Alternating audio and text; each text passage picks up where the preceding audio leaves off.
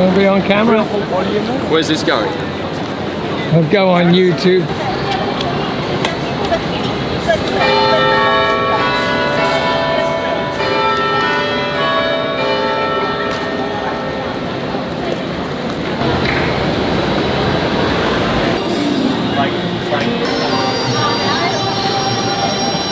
各位朋友，大家晚安。各位朋友，今天我站在这里，不是为了温柔地叙述一个国家的悲剧，而是要大声地揭露集权统治如何毁灭人性、撕裂社会、威胁世界。在集权之下，人性被迫扭曲。当国家以恐惧统治人民，当政府以谎言遮住真相，当斗争成为天天洗脑的口号，人性就被一步一步地摧毁。我举一个例子，在恐惧下被迫的背叛。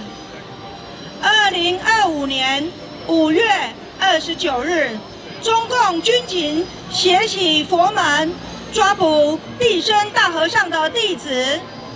弟子们在军警威胁下，被迫做出对师父的不实指控。这是暴政逼出来的背叛，不是人心的选择。例子2，亲情崩解的悲剧。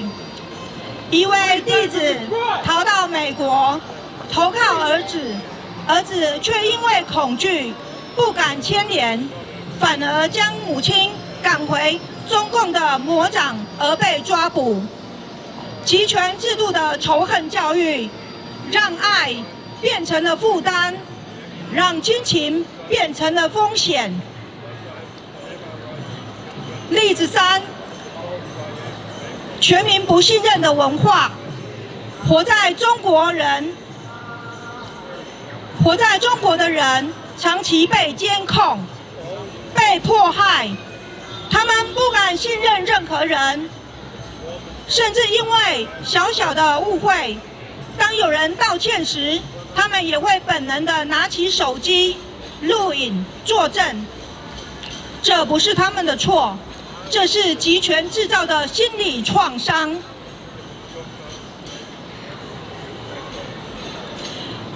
集权的输出对世界的威胁，但这些悲剧不只发生在中国，中共正将这个恐惧、谎言、仇恨的思想输出到全世界。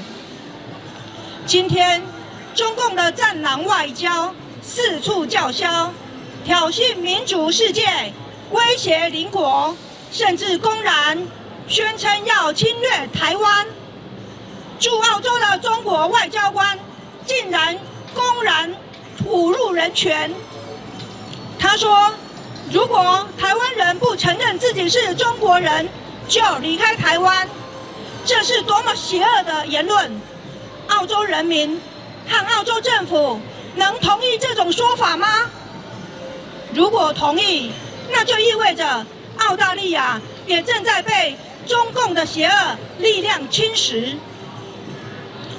中共的统治方式很简单，用暴力维持政权，用恐惧压制人民。但我要告诉全世界，当专政壮大，自由世界就会衰弱。这不是中国的问题，这是全人类的问题。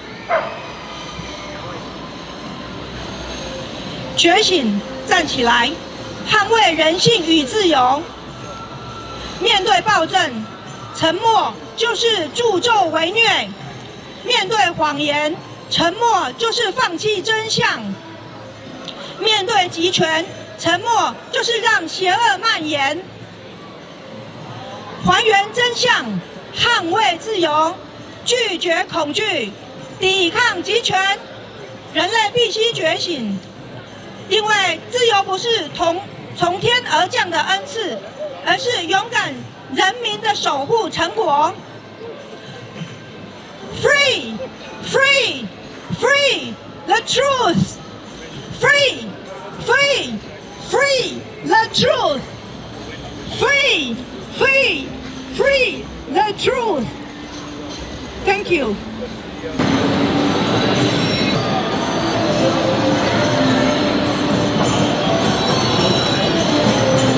Welcome to the 328th Julian Assange Sydney Town Hall gathering. Free speech is a right that no law can remove or limit. It doesn't matter what justification a government, corporation, criminal or terrorist might offer. The denial of free speech is a violation of fundamental human rights.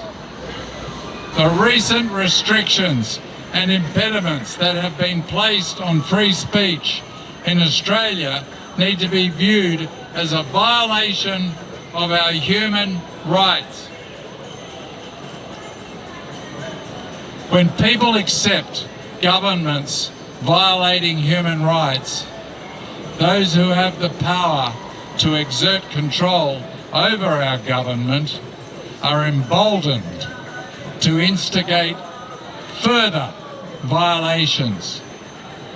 The ease to which the Australian government has agreed to participate in a war with Iran without consulting the Australian public demonstrates the confidence of undemocratic power. We must therefore learn to stand together and demonstrate our solidarity for keeping free speech alive. We need to recognise that human rights exist beyond the laws of the land. Laws may be made to suggest our human rights are limited or even non-existent. They don't diminish our human rights.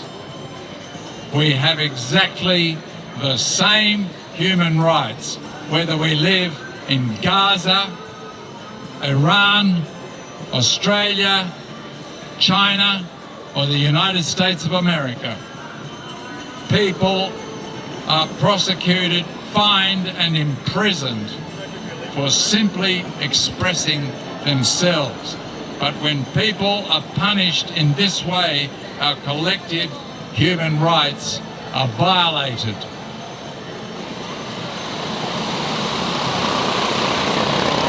We cannot expect corrupt and undemocratic organisations to respect our human rights if we are not prepared to stand up for our rights. The authority necessary to stand together in defence of heavy-handed violations of our rights resides within each of us individually. We need to decide ourselves whether standing up for human rights is necessary or not. In theory, how well we can relate with each other will determine our collective strength and collective ability to resist undemocratic violations of our human rights. With the participation of our nation in the war against Iran, we all need to make it clear that we don't consent.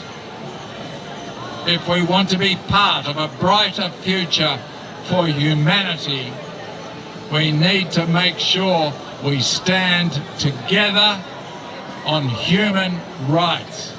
We need to ensure our governments and corporations understand our commitment to our human rights. Join with other members of the Australian public at Sydney Town Hall every Friday during summer, 5 p.m. to 7 p.m. And once daylight saving stops, we move forward to 4 p.m. to 6 p.m. Stand here for free speech. Speak here for true democratic power. The Assange movement continues. Free, free, free the truth. Free, free, free the truth. Free, free, free the truth. Thank you.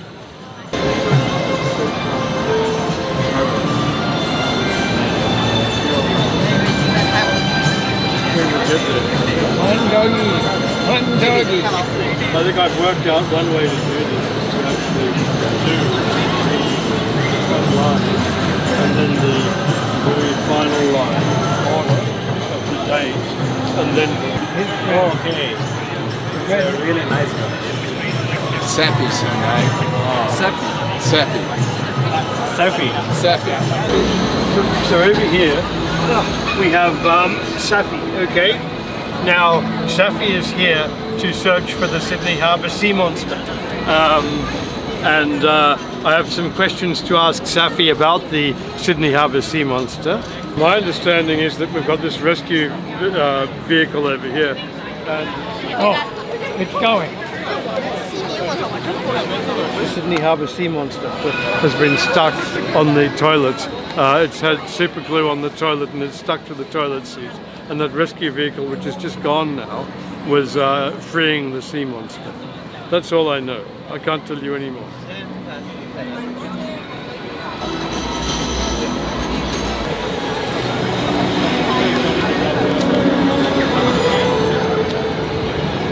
So I guess really it's like after that I can say, now that I have attracted your attention, I can say something a bit more serious, because we're not here to say silly things that make people laugh or may not make people laugh, even if they're immature, is a way of breaking the tension. Anyhow, I heard from someone, getting on to more serious points, quite recently I read somewhere that the aeroplanes which Dan Duggan used to train those pilots, including the Chinese ones in South Africa, those aeroplanes were made in the 1960s. This is what I'm hearing.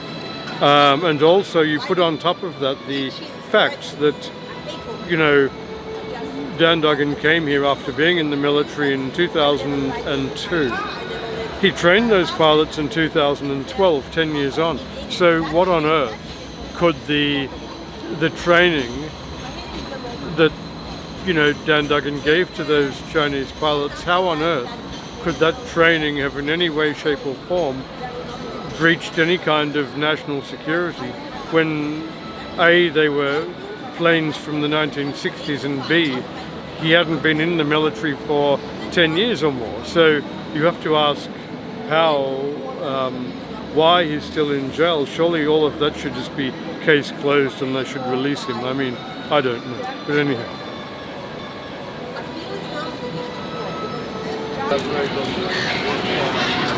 As I heard, I can't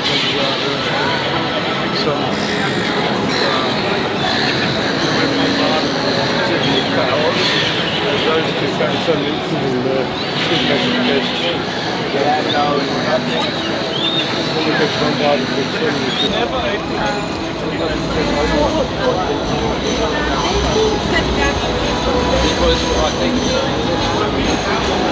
We are all Assange.